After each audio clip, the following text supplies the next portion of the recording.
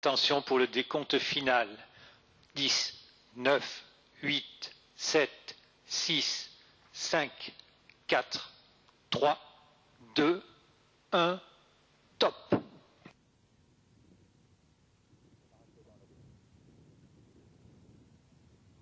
Allumage Vulcain. Décollage.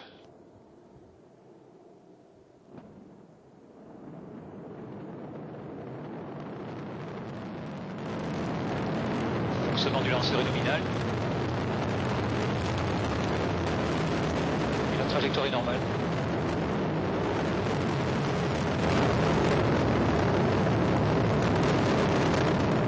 C'est un vol de jour, hein. Ce sont vraiment de superbes images là.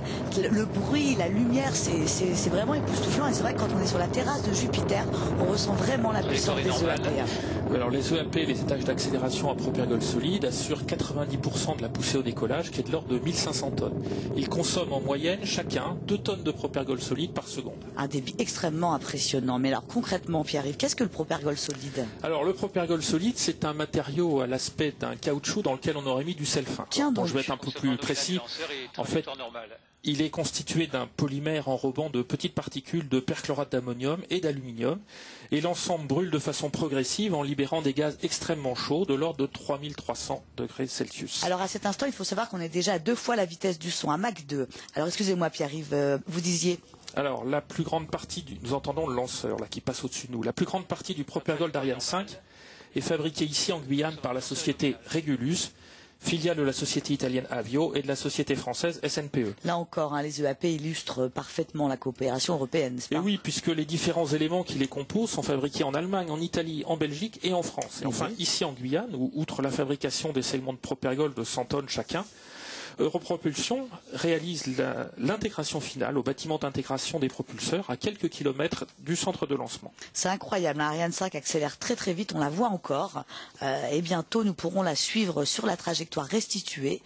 Une trajectoire qui sera donc restituée, hein, en haut à gauche de nos écrans. Nous allons profiter de ces images de jour. Nous allons voir la séparation des EAP. Nous arrivons donc en fin de propulsion. Tout est normal. Séparation des voilà. EAP. Voilà, on les a vus parfaitement, c'est l'avantage, hein, d'un vol donc, de jour. Les EAP ont consommé chacun 240 tonnes de propérgol solide en 130 secondes. Trajectoire normale et paramètres normaux. Et tous les paramètres sont normaux. Sont normaux. Donc voilà, nous voyons donc en haut à gauche, hein, de notre écran la trajectoire sur laquelle vient se superposer un petit carré qui est la position réelle du lanceur.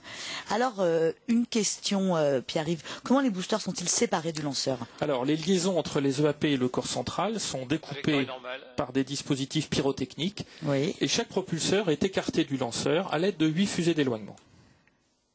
Alors aussi une autre question, c'est pourquoi conçoit-on les lanceurs avec plusieurs étages? Alors, l'incrément de vitesse que fournit un étage dépend du rapport de masse entre le moment où démarre la propulsion et le moment où elle s'arrête. Je crois qu'ils viennent d'annoncer la séparation de la coiffe. Oui, oui, tout à fait. En effet, donc la séparation de la coiffe, hein, comme on le voit donc sur ces images embarquées lors d'un précédent vol, la coiffe se sépare en 2 demi-coiffes qui s'éloignent du lanceur. Voilà, donc je termine juste l'explication que je vous donnais. En séparant les étages, on